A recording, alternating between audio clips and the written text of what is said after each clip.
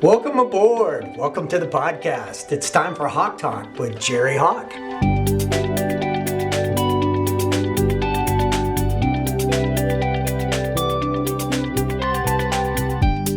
Hello. Hey, I'm back. Back to do a Haack Talk. And appreciate everything that I've been hearing online and the feedback. Everything is going good. So today, I'm feeling pretty good. Since the shutdown, I put on a smooth 35 pounds, but I've taken some of it off, and I'm feeling really good right now. Anyway, today's a refresher course, and based on feedback I've been getting, we're going to make it experiential. Because for you naysayers out there that are all left brain thinkers, I want to talk to you. And even those of you that manage to tap into your right brain, your right hemisphere, your peace of mind, your gratitude, your love, I want you to play along with this as well. So, to begin with, everything's a choice. Everything that happens to us has a gift. Feeling pissed off? Choice. Happy? Choice. Feeling some guilt about a mistake? Choice. What I want to do is I want to talk to your left brain, which is the source of all of our stress. That's where the saboteurs live. I want to talk to that part of your brain so I can use logic and get you to really take it in logically, what I'm about to tell you again for the 15th time, just in a different way, and play along with a thing that I call the choice model. The choice model has some of Stephen Karpman's work in it and also Patrick Lencioni's 5 Dysfunction of a Team. So to play this game, get your piece of paper out, like my magic board here, and follow along with me.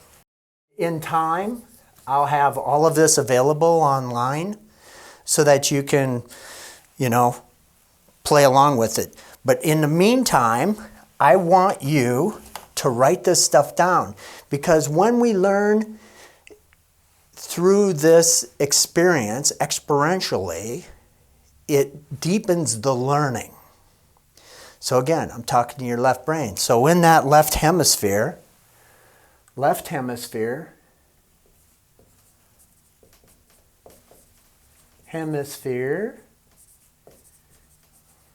sure hoping that I'm spelling right today, is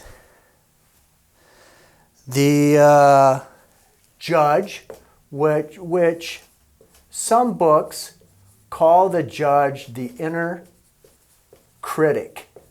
So write that down. Okay? Then in contrast to that, over here in the right hemisphere, and I'll just put hem, instead of judge, we're going to call this the sage.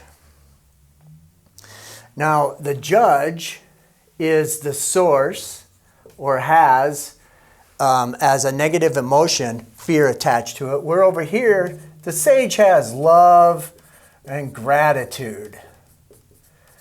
The sage knows that ultimately there's a gift behind every single thing that happens. Okay? Now, in this left hemisphere, your brain, right hemisphere, brain, also lives the saboteurs. And if you take Shirzad Shamin's Positive Intelligence, a free assessment on my website, you can find out how your saboteurs show up. Do you have a big controller? Do you have a hyperachiever, hypervigilance? Are you a stickler? Do you have some victim that sneaks into the party once in a while? And then in contrast to that, because there's always a contrast, are your values, your core beliefs, your true essence, the imprint that the universe or God or your spirit or whatever you want to call it has on you. That's the real you. This is what you do. This is who you are, your being. Okay?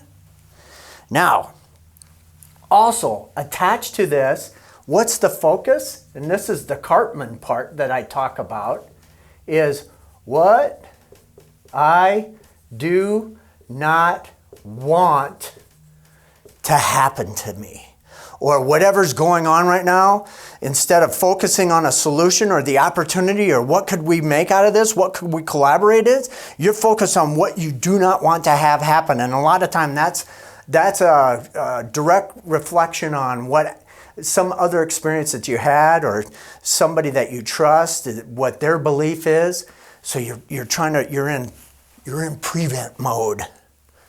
Whereas over here, the focus is on what I, or we as a team, want. This is actually the vision. Okay? This, all of this, whether you're here or you're here, is a choice.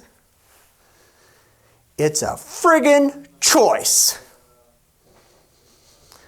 So you're having a bad day, things aren't going your way, you're depressed, you're pissed off, you don't like what's happening to you.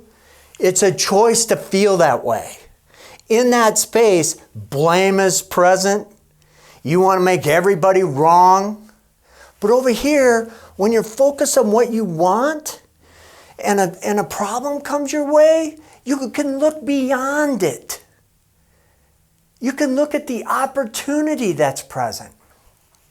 So this space, and if you look at any of the stuff that I've gone over with you in the past, and I am just doing a refresher for you, this is truly the drama triangle.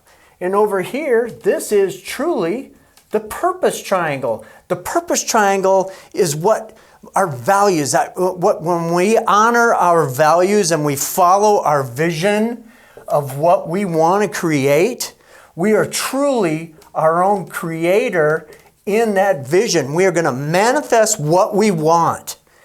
And in that space, with others around us or with ourselves, we can become the challenger. Or we can become the coach. And in contrast to that, instead of creator, it's victim. Oh, it's all happening to me. I know, I can relate to it. I've been in victim space before. It's nowhere to go. I put on 35 pounds in COVID. Oh God, I feel terrible. I can't breathe. My pants don't fit. So instead of creator, it's victim. Instead of challenger, and oh man, when I go into some companies, there's usually a victim on the team, sometimes two. Depends on the size of the team.